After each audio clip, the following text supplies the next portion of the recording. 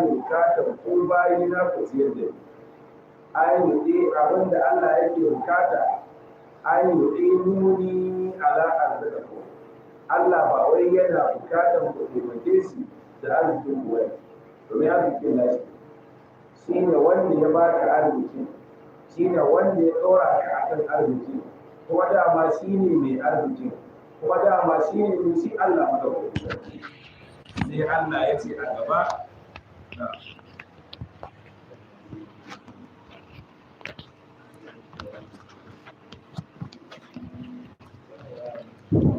إن الله هو الرزاق ذو القوة المتين فإن للذين ظلموا ذنوبا مثل ذنوب أصحابهم فلا يستعجلون فويل للذين كفروا من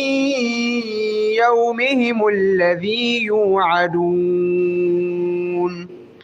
Allah maɗaukakin sarki ya ce a nan game da razzakun li'ibadihi Allah maɗaukakin sarki shine mai azurtawa shine mai azurta bayinsa shine mai azurta bayinsa kuma shi Allah zu quwwatil matin kuma shine ma'abuci ala a'da'ihi akan abokanan gabansa duk wani wanda yake gaba da Allah duk wani wanda yake adawa da Allah to Allah ya fi karfinsa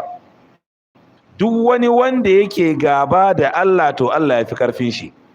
domin Allah mai karfi ne kuma matinin aisha daidai uquba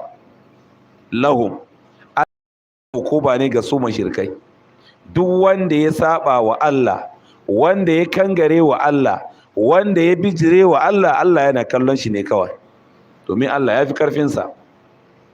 domin Allah ya fi karfinsa Allah mai tsananin